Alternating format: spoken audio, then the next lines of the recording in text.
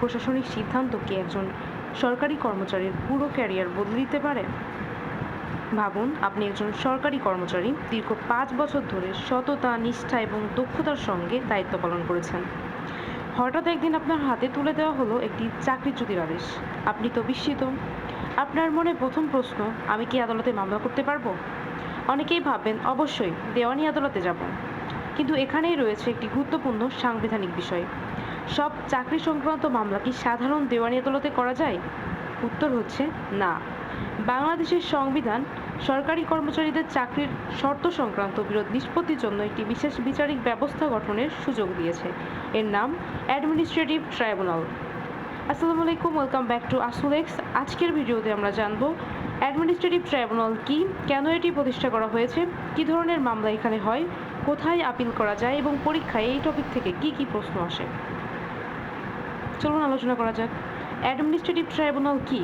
Administrative tribunal হলো সরকারি কর্মচারীদের চাকরির শর্ত, terms and conditions of service সম্পর্কিত বিরোধ নিষ্পত্তির জন্য প্রতিষ্ঠিত একটি বিশেষায়িত ট্রাইব্যুনাল। এটি কোনো সাধারণ দেওয়ানি আদালত নয়, কারণ সরকারি চাকরি সংক্রান্ত বিরোধ নিষ্পত্তির জন্য বিশেষজ্ঞ বা দ্রুত বিচার ব্যবস্থার প্রয়োজন হয়। সেই উদ্দেশ্যেই সংবিধান এই বিশেষ ব্যবস্থার সুযোগ রেখেছে। এই সাংবিধানিক ভিত্তি হল বাংলাদেশের সংবিধানের অনুচ্ছেদ 117। এই অনুচ্ছেদ অনুযায়ী সংসদ আইন প্রণয়নের মাধ্যমে এক বা একাধিক অ্যাডমিনিস্ট্রেটিভ ট্রাইব্যুনাল প্রতিষ্ঠা করতে পারে। পরবর্তীতে অ্যাডমিনিস্ট্রেটিভ ট্রাইব্যুনালস অ্যাক্ট 1980 এর মাধ্যমে ট্রাইব্যুনাল প্রতিষ্ঠিত হয়। একটি বাস্তব উদাহরণের মাধ্যমে চলুন আলোচনা করা যাক। ধরুন, রহিম একজন উপজেলা কৃষি কর্মকর্তা। দীর্ঘদিন সততার সঙ্গে চাকরি করার পর তার বিরুদ্ধে বিভাগীয় ব্যবস্থা নেওয়ার হলো এবং তাকে চাকরি থেকে অপসারণ করা হলো। রহিম মনে করলেন এই সিদ্ধান্ত আইনসম্মত নয়।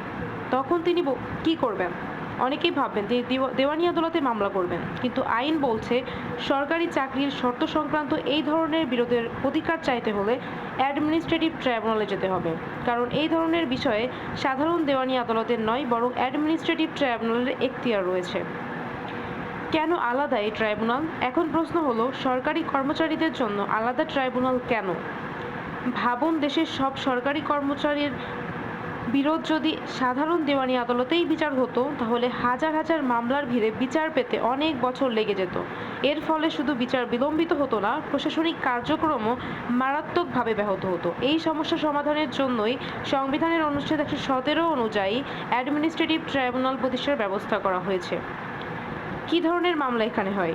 অ্যাডমিনিস্ট্রেটিভ ট্রাইব্যুনালে সাধারণত চাকরির সংক্রান্ত বিরোধ নিষ্পত্তি করে, যেমন নিয়োগ সংক্রান্ত বিরোধ, পদোন্নতি না পাওয়া, বদলি সংক্রান্ত বিরোধ, সিনিয়রিটি, বেতন ভাতা, বিভাগীয় শাস্তি, সাময়িক বরখাস্ত, চাকরিচ্যুতি, অপসারণ, বাধ্যতামূলক অবসর, অর্থাৎ সরকারি চাকরির শর্তের সঙ্গে সম্পর্কিত বিরোধী এখানে নিষ্পত্তি করা হয়। অ্যাডমিনিস্ট্রেটিভ ট্রাইব্যুনালে কি কোনো গুরুত্ব আছে? হ্যাঁ, অবশ্যই এর গুরুত্ব অত্যন্ত বেশি। প্রথমত, এটি সরকারি কর্মচারীদের জন্য তুলনামূলক দ্রুত বিচার নিশ্চিত করে। দ্বিতীয়ত, প্রশাসনিক বিষয়ে বিশেষজ্ঞ দৃষ্টিভঙ্গিতে বিরোধ নিষ্পত্তি করা সম্ভব হয়। তৃতীয়ত, সাধারণ দেওয়ানি আদালতের উপর মামলার চাপ কমায়। চতুর্থত, সরকারি কর্মচারীদের আইনগত অধিকার রক্ষায় গুরুত্বপূর্ণ ভূমিকা পালন করে। এবং সর্বোপরি, প্রশাসনের স্বচ্ছতা, জবাবদিহিতা এবং সুশাসন প্রতিষ্ঠায় সহায়তা করে। আপিল করার কি কোনো বিধান আছে? যদি কোনো পক্ষ অ্যাডমিনিস্ট্রেটিভ ট্রাইব্যুনালের সিদ্ধান্তে অসন্তুষ্ট হন, তাহলে তিনি অ্যাডমিনিস্ট্রেটিভ অ্যাপিলেট ট্রাইব্যুনালে আপিল করতে পারেন। এছাড়া আইন অনুযায়ী নির্দিষ্ট ক্ষেত্রে সংবিধানের অনুচ্ছেদ 102 অনুযায়ী হাইকোর্ট বিভাগের বিচারিক পর্যালোচনায় জুডিশিয়াল রিভিউয়ের সুযোগও থাকতে পারে।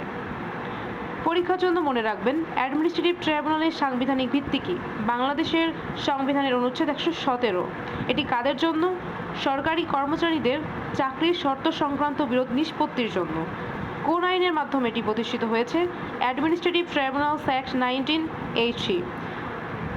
প্রথম আপিল কোথায় করা যায়? Administrative appellate tribunal. সরকারি চাকরির শর্ত সংক্রান্ত বিরোধে কি সরাসরি দেওয়ানি আদালতে মামলা করা যায়? না। যেসব বিষয়ে অ্যাডমিনিস্ট্রেটিভ ট্রাইব্যুনালের এখতিয়ার রয়েছে, সেসব বিষয়ে প্রতিকার অ্যাডমিনিস্ট্রেটিভ ট্রাইব্যুনালে চাইতে হবে। মনে রাখবেন, অ্যাডমিনিস্ট্রেটিভ ট্রাইব্যুনাল কোনো সাধারণ আদালত নয়। এটি সরকারি কর্মচারীদের চাকরি সংক্রান্ত বিরোধ নিষ্পত্তির জন্য গঠিত একটি বিশেষায়িত বিচারিক ব্যবস্থা, যা ন্যায় বিচার নিশ্চিত করার পাশাপাশি প্রশাসনের শৃঙ্খলা এবং সুশাসন প্রতিষ্ঠায় গুরুত্বপূর্ণ ভূমিকা পালন করে থাকে। আইন বিষয়ে কেমন আরও ভিডিও পেতে ফলো করুন আসুলেক্স। ধন্যবাদ।